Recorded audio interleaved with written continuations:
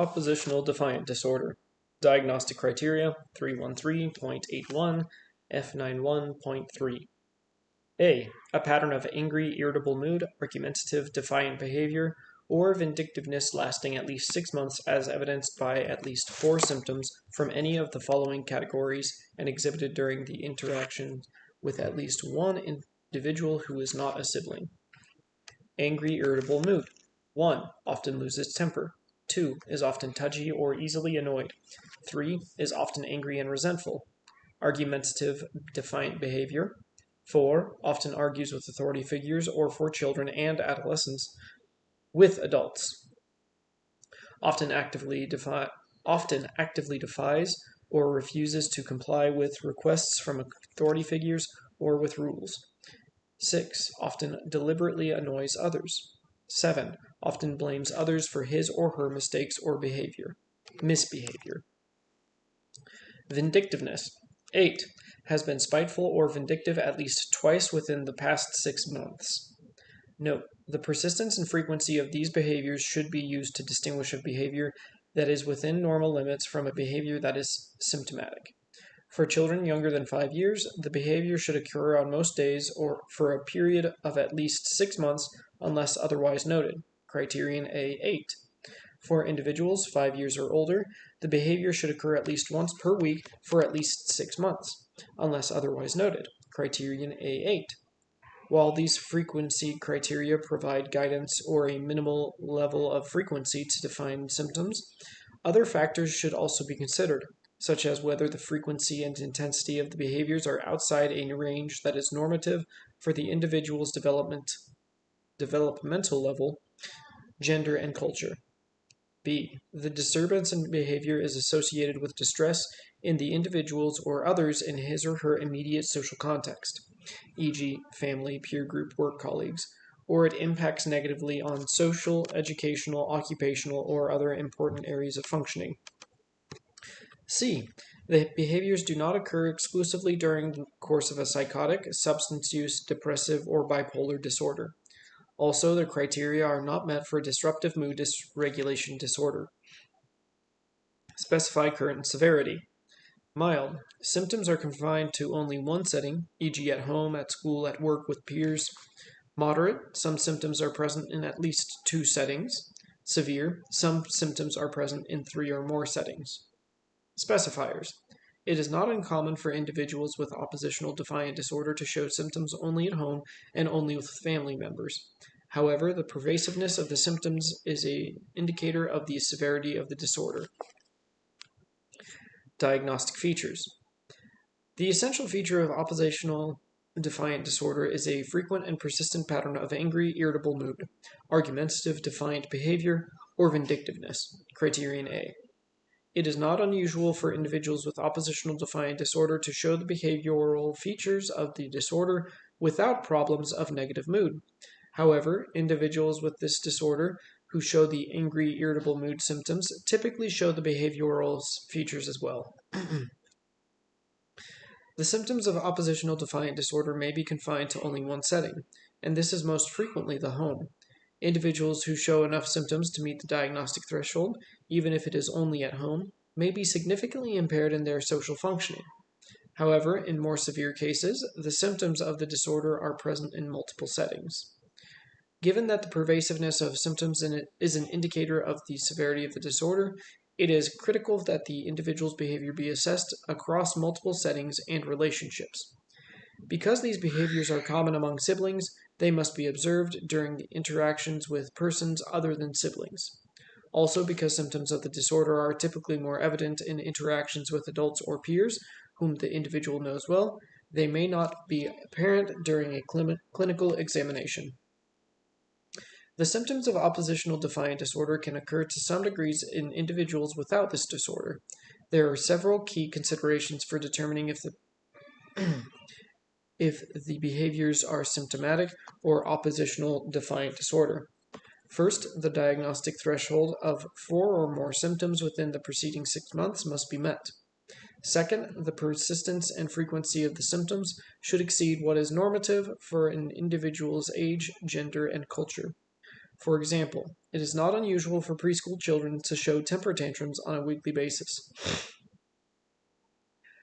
Temper outbursts for a preschool child would be considered a symptom of oppositional defiant disorder only if they occurred on most days for the preceding 6 months.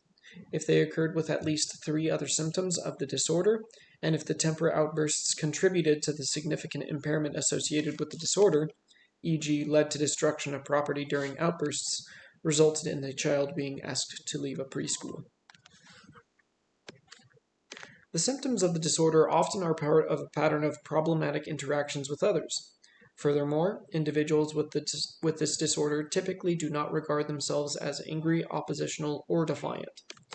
Instead, they often justify their behavior as a response to unreasonable demands or circumstances. Thus, it can be difficult to disentangle the relative contribution of the individual with the disorder to the problematic interactions he or she experiences. For example, children with oppositional defiant disorder may have experienced a history of hostile parenting, and it is often impossible to determine if the child's behavior caused the parents to act in a more hostile manner toward the child, if the parents' hostility led to the child's problematic behavior, or if there was some combination of both. Whether or not the clinician can separate the relative contributions of potential causal factors should not influence whether or not the diagnosis is made. In the event that the child may be living in particularly poor conditions where neglect or mistreatment may occur, e.g., in institutional settings, clinical attention to reducing the contribution of the environment may be helpful. Associated features supporting diagnosis. In children and adolescents, oppositional defiant disorder is more prevalent in families in which child care is disrupted by a succession of different caregivers or in families in which harsh, inconsistent, or neglectful child rearing practices are common. 2 of the most common co-occurring conditions with oppositional defiant disorder are attention deficit hyperactivity disorder and conduct disorder. See the section Comorbidity for this disorder. Oppositional defiant disorder has been associated with increased risk for suicide attempts even after comorbid disorders are controlled for. The prevalence of oppositional defiant disorder ranges from 1% to 11%, with an average prevalence estimate of around 3.3%. The rate of oppositional defiant disorder may vary depending on the age and gender of the child. The disorder appears to be somewhat more prevalent in males than in females, 1.4 to 1, prior to adolescence. This male predominance is not consistently found in samples of adolescents or adults. Development and course. The first symptoms of oppositional defiant disorder usually appear during the preschool years and rarely later than early adolescence. Oppositional defiant disorder often precedes the development of conduct disorder, especially for those with the childhood onset type of conduct disorder. However, many children and adolescents with oppositional defiant disorder do not subsequently develop conduct disorder. Oppositional defiant disorder also conveys risks for the development of anxiety disorders and major depressive disorder, even in the absence of conduct disorder. The defiant, argumentative, and vindictive symptoms carry most of the risk for conduct disorder, whereas the angry, irritable mood symptoms carry most of the risk for emotional disorders. Manifestations of the disorder across development appear consistent. Children and adolescents with oppositional defiant disorder are at increased risk for a number of problems in adjustment as adults, including antisocial behavior, impulse control problems, substance abuse, anxiety, and depression. Many of the behaviors associated with oppositional defiant disorder increase in frequency during the preschool period and in adolescence. Thus, it is especially critical during these developmental periods that the frequency and intensity of these behaviors be evaluated against normative levels before it is decided that they are symptoms of oppositional defiant disorder. Risk and prognostic features. Temperamental. Temperamental factors related to problems in emotional regulation, e.g., high levels of emotional reactivity, poor frustration tolerance have been predictive of the disorder. Environmental.